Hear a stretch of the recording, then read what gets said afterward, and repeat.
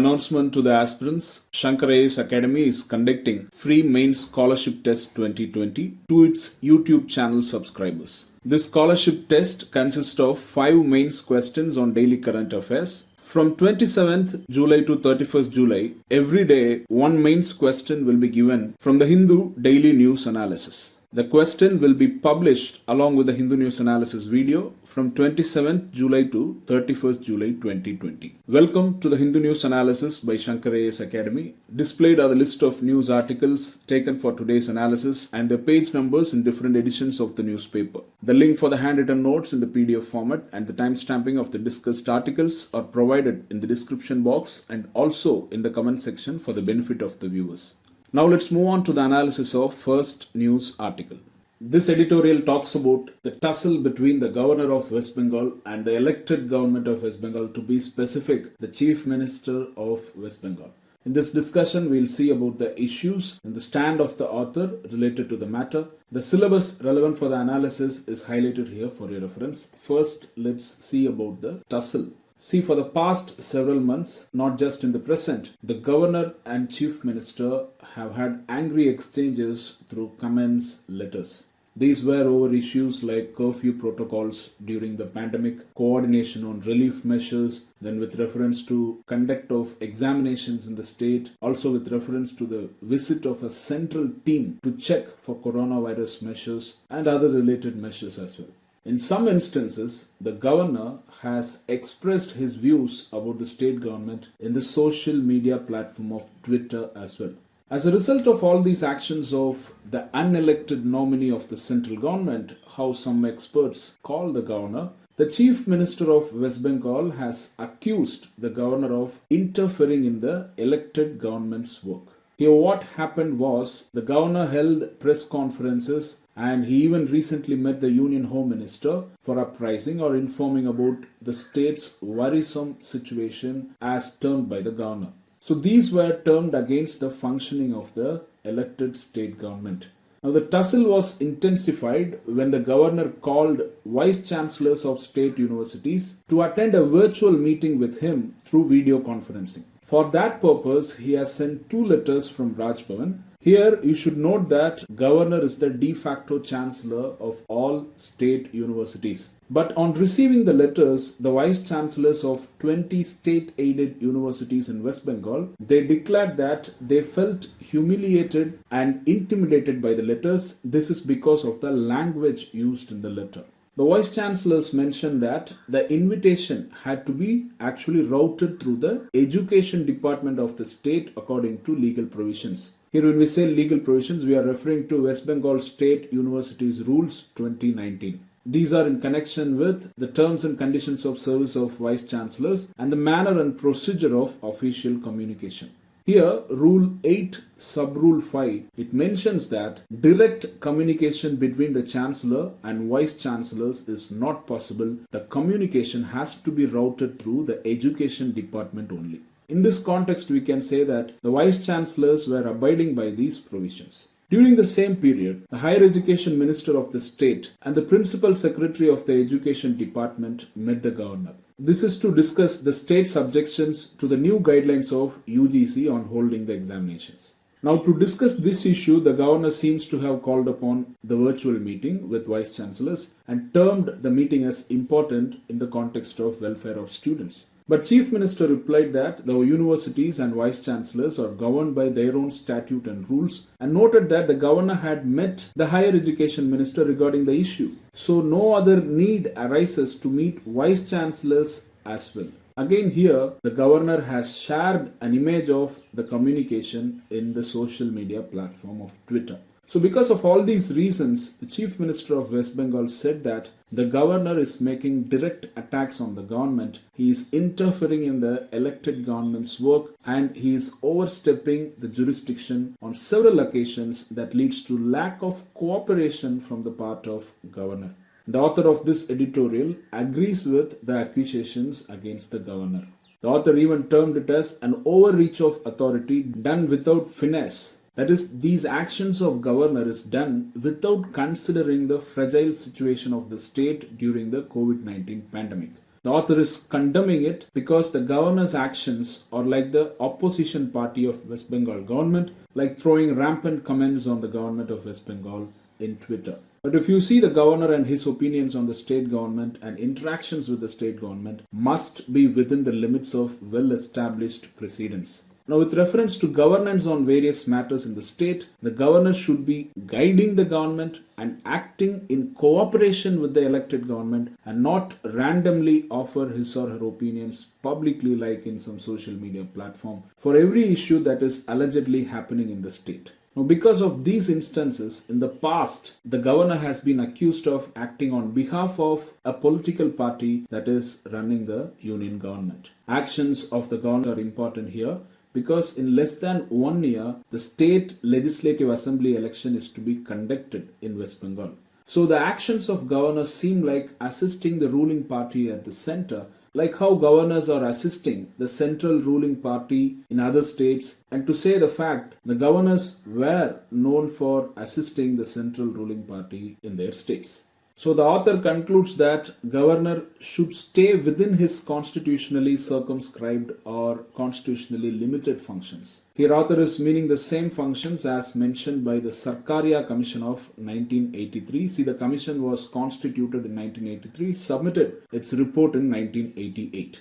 Note that Article 167 of Indian Constitution, it imposes duties on the Chief Minister to communicate to the Governor about all decisions of Council of Ministers, about proposals for legislation, and also information regarding proposals for legislation which the Governor may call for. In addition to this, other information relating to the administration of state affairs will also be communicated to the Governor by the Chief Minister.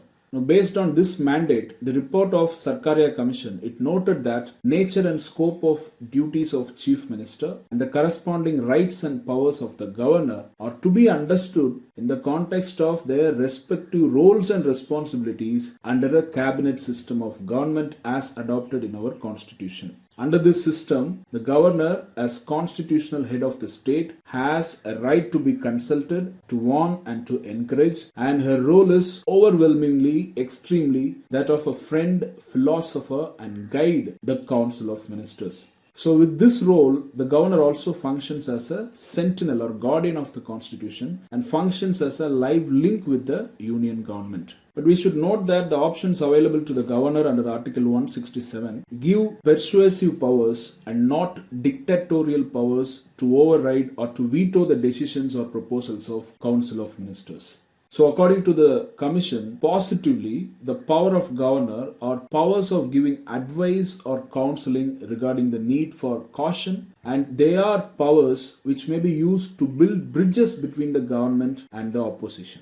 It is these roles of the governor that the authors expect from the governor of West Bengal in regard to his role in the state. So with this, we come to the end of analysis of this editorial article. In this discussion, we saw about the ongoing tussle between the governor of West Bengal and the elected state government of West Bengal. We also saw the functions or the role that is expected of a governor according to the Sarkaria Commission report. Now let's move on to the analysis of next news article. This news article is about United States imposing sanctions on some Chinese firms over the rights of Uighur population. In this context, we will discuss about Uyghurs, then the alleged oppressions by China. The syllabus relevant for the analysis is highlighted here for your reference. See, Uyghurs, they are a group of Turkic-speaking people in interior Asia. Most of them, they live in northwestern China in the Uighur autonomous region of Xinjiang. A small number of the population, they live in Central Asian republics like Uzbekistan, Kazakhstan and Kyrgyzstan. Now these are people who are among the oldest Turkic-speaking people of Central Asia. They are mentioned in Chinese records from the 3rd century AD. They first rose to prominence in the 8th century. At that time they established a kingdom in the present-day Mongolia. However, later they were overrun by the Kyrgyz and later by the Mongols. Now let's see the ongoing issue in Xinjiang province of China with reference to Uyghurs. See, Xinjiang is an autonomous region in China's northwest. This region had been under the control of China since 1949 and later in 1955 the Uyghur autonomous region of Xinjiang was established. Now, this region has around 1 crore or 10 million Uighur Sunni Muslims. But the Chinese government in the 1950s, it supported migration of Han Chinese population into this region. Now, this population is a majority ethnic group in China. As a result, Uyghurs, who were once a predominant ethnic group in the region, they gradually lost the importance in terms of numbers, in terms of their culture. They now constitute only around 47%, whereas the Han Chinese, they are around 37% of total population in this region.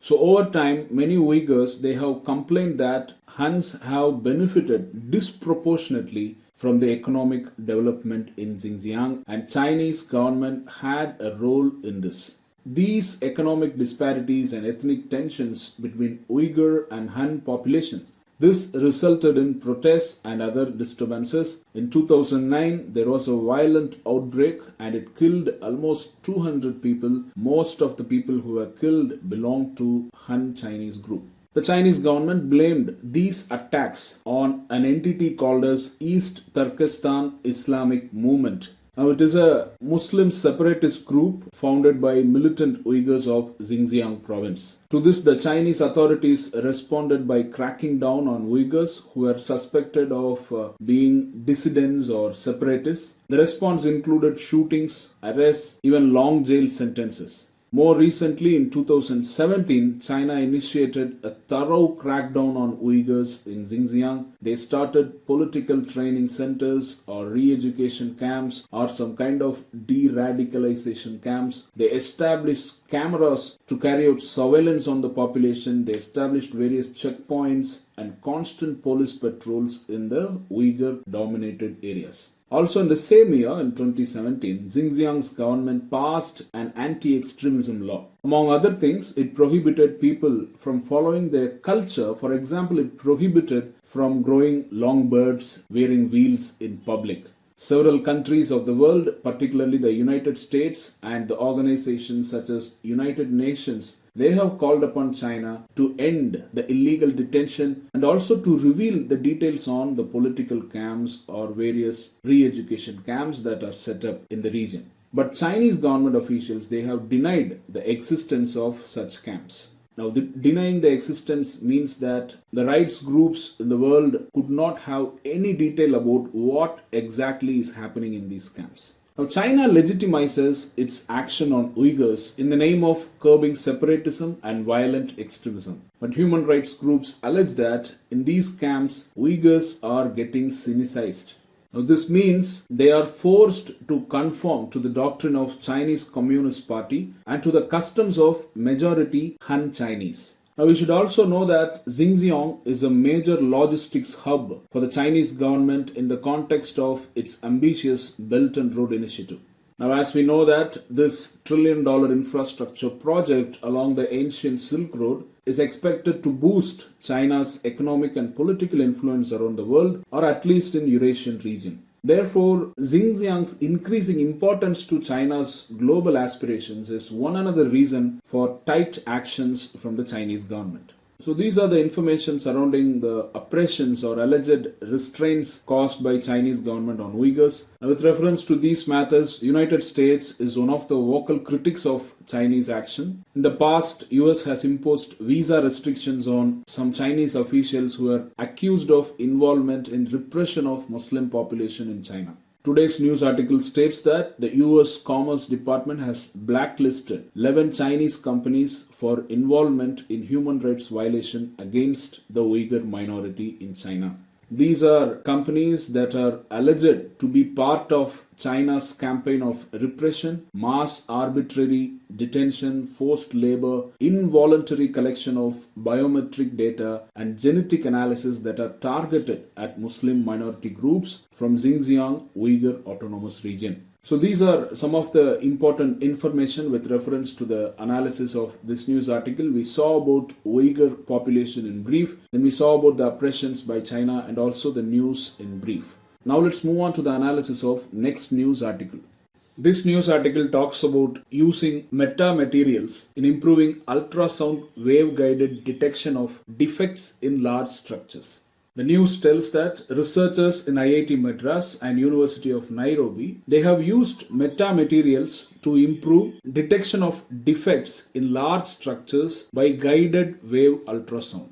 In this context, let us see what do we mean by ultrasound wave, what is meant by metamaterials, and applications of ultrasound and metamaterials in this discussion. We'll also see how they are used in detecting defects of structures. Now, when we say ultrasound, it refers to frequencies greater than 20,000 Hz or 20 kilohertz. And 20 kilohertz is the limit of human hearing. So ultrasounds are high frequency waves that are able to travel along well-defined paths even in the presence of obstacles. They are generally used in many day-to-day applications. We'll discuss some of them here. One is with reference to cleaning parts that are located in hard-to-reach areas, say for example, electronic components. Here objects to be cleaned are placed in a cleaning solution. Then ultrasonic waves are sent into the solution. Because of high frequency, the particles of dust, grease and dirt, they get detached and they drop out. Likewise, the objects get thoroughly cleaned without direct human efforts in cleaning like scrubbing, etc.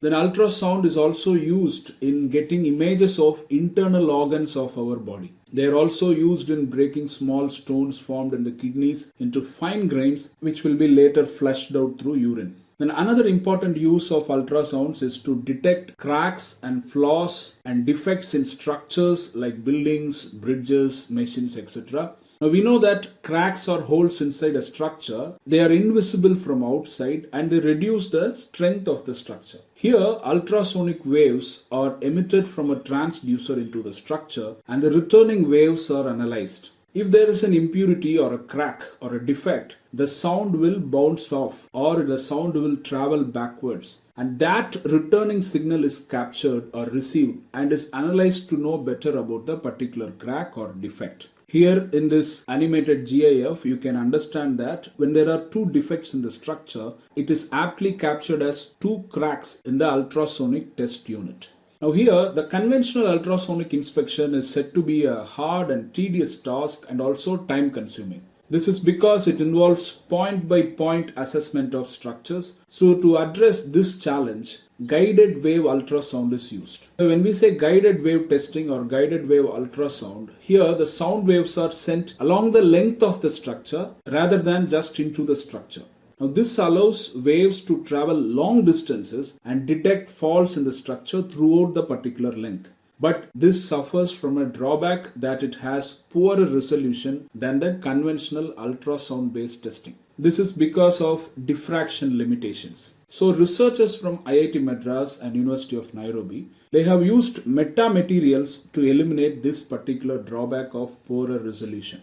So what do we mean when we say metamaterial? See, these are synthetic composite material that are not natural, therefore they are artificial. It has a structure that exhibits properties which are not usually found in natural materials. For example, some metamaterials can bend electromagnetic radiation like light around an object. Therefore, it will give an appearance that it is not there at all, that there is no such object at all. So this makes the particular object invisible. Now you might have heard of Harry Potter's invisible clock. Whoever wears it will be invisible. Here the concept is metamaterial clocking. Metamaterials can be used to control and mold the flow of electromagnetic waves. They're also saying that it can also mold the flow of other types of physical waves as well. Now these metamaterials, they have different applications like building a super lens, building perfect absorbers, miniatured antennas, etc.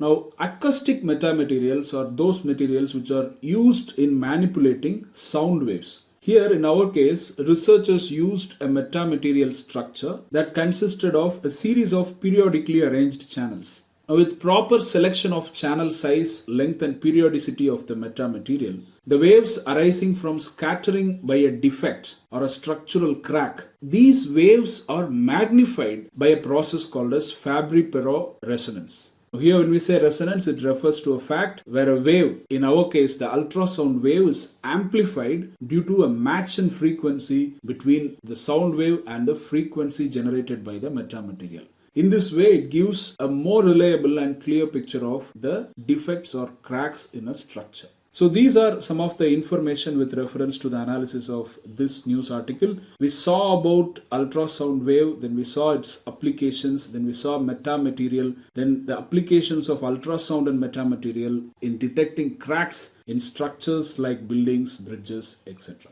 Now let's move on to the analysis of next news article.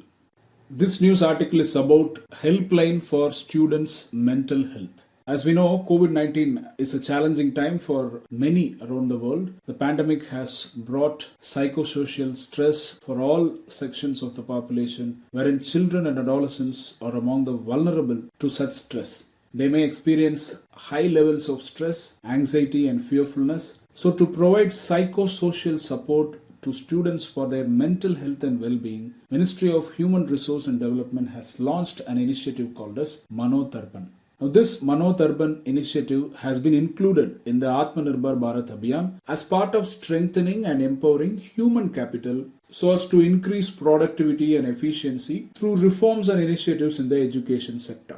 Now let's see the important components included in this initiative. One of the components is issuing advisory guidelines for stakeholders such as students, teachers, faculty and families.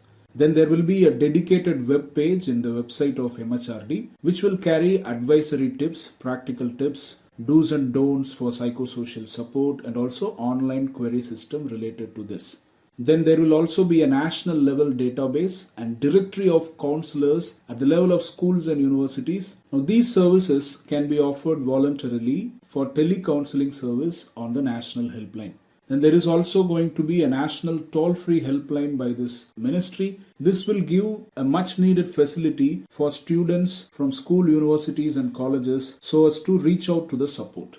The helpline will be manned by a pool of experienced counselors, psychologists and other mental health professionals. And this service is expected to continue even after the COVID-19. Now, this is one of the special initiatives under the scheme. Now, then the next component is bringing a handbook on psychosocial support for enriching life skills and well-being of students, which will be published online so it can be accessed by the appropriate stakeholders irrespective of their place of residence or location.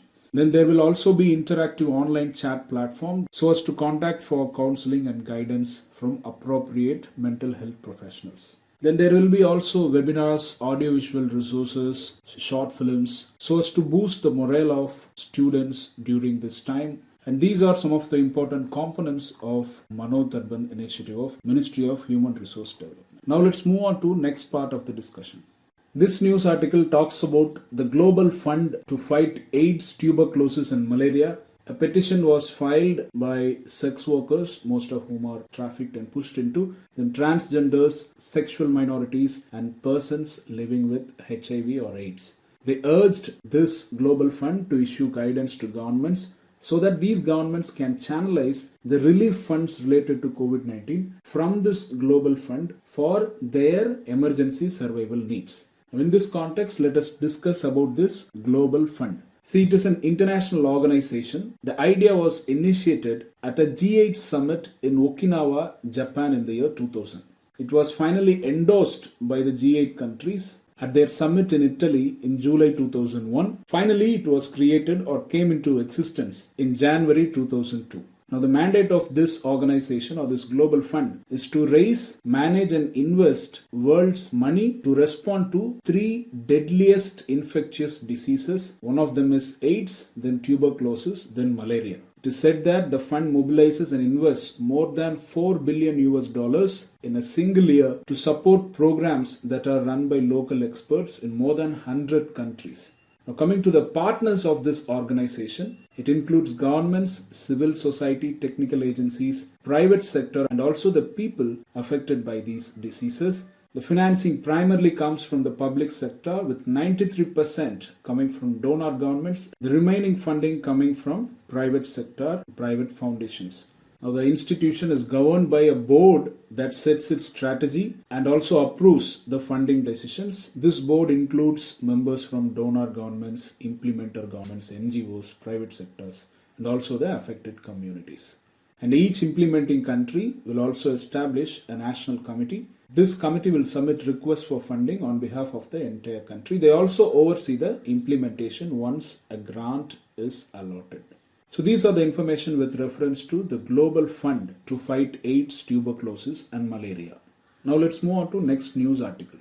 This news article states that the High Court of Karnataka has initiated suo motu proceedings, that is proceedings on its own, to quash criminal proceedings that were initiated against a civil judge in Ballari District Court. Here note that the proceedings are to be quashed under the protection guaranteed by the Judges Protection Act of 1985. A person had launched a private criminal complaint against a civil judge under section 200 of Code of Criminal Procedure. He alleged that certain statements were made by the judge during the remand proceedings in a particular criminal case. In this context, we should know the additional protection guaranteed by this legislation in the discharge of official or judicial duty or function by a judge. The law states that no court shall entertain or continue any civil or criminal proceeding against any person who is a judge or who was a judge for any act committed or for anything done or for any word spoken by him or her in the discharge of her or his official or judicial duty. However, note that this additional protection does not affect the power of the central and the state governments or the Supreme Court or any High Court or any other legal authority to take appropriate action against any person who is or was a judge. In this, you know about this additional protection for the judges guaranteed by the law in discharge of official or judicial function. In fact, this law was enacted only for this purpose of additional protection. Now let's move on to next part of the discussion. This news article is with reference to Consumer Protection Act 2019. As we know, the new legislation has come into force very recently on 20th July 2020. The new law is special as it provides protection to buyers not only from traditional sellers but also from new e-commerce retailers or e-commerce platforms. The news article talks about the regulator called as Central Consumer Protection Authority. Among other powers and functions given to this authority under Section 18 of the law, this authority may inquire or cause an inquiry or investigation into violations of consumer rights or unfair trade practices. And this inquiry or investigation can be either suo motu or on a complaint received or on the directions from the central government. Note that suo motu refers to taking cognizance of a matter or allegation on its own by the authority itself without any complaint being filed by a person or entity. So this authority has suo motu power to cause investigation into the violations of consumer rights or unfair trade practices. This authority is yet to be constituted. That is why the news article states a regulator on the anvil. On the anvil refers to something which is being discussed but not yet ready. In our context, the authority is not yet constituted. Now for these subtopics related to consumer protection, we request the viewers to watch yesterday's Hindu News analysis wherein we have discussed these aspects. Now let's move on to next part of the discussion. We have come to the last session, the practice questions discussion session. This question is with reference to governor of a state. They are asking which of the statements given above are correct. The executive power of the state is vested in the governor. This statement is correct as per Article 154 of the Constitution. The second statement, governor is collectively responsible to the legislative assembly of the state. It is incorrect as it is council of ministers who are collectively responsible to the legislative assembly. The moment you find second statement is incorrect, you can arrive at the correct answer, option C, 1 and 3 only. The third statement is correct as per Article 164 of Indian Constitution. Now let's move on to next question. In this question, they have given communities and they have given the countries on the RHS. They are asking which of the pairs are correctly matched. Uighurs are discussed in the context of China. Yazidis, they are discussed in the context of Iraq, Syria and Turkey, where they are persecuted religious minorities. Rohingyas are persecuted in Myanmar. Correct answer, the only rightly matched pair is the third pair. Therefore, the correct answer is option D, 3 only. This question is with reference to Manodharban initiative, often seen in the news refers to. The correct answer for this question is option D. It is launched by Ministry of Human Resource Development to provide psychosocial support to students for their mental health and well-being. This question is with reference to meta-materials. They have given 3 statements asking which of the statements given above are correct. They are synthetic or artificial materials with structure that exhibit properties not usually found in natural materials. The statement is correct. Eliminate option B. They can be used to control and mold the flow of electromagnetic waves. The statement is also correct. The third statement is also correct, as different applications of metamaterials include building superlens, perfect absorbers, miniaturized antennas. Correct answer option D, 1, 2 and 3.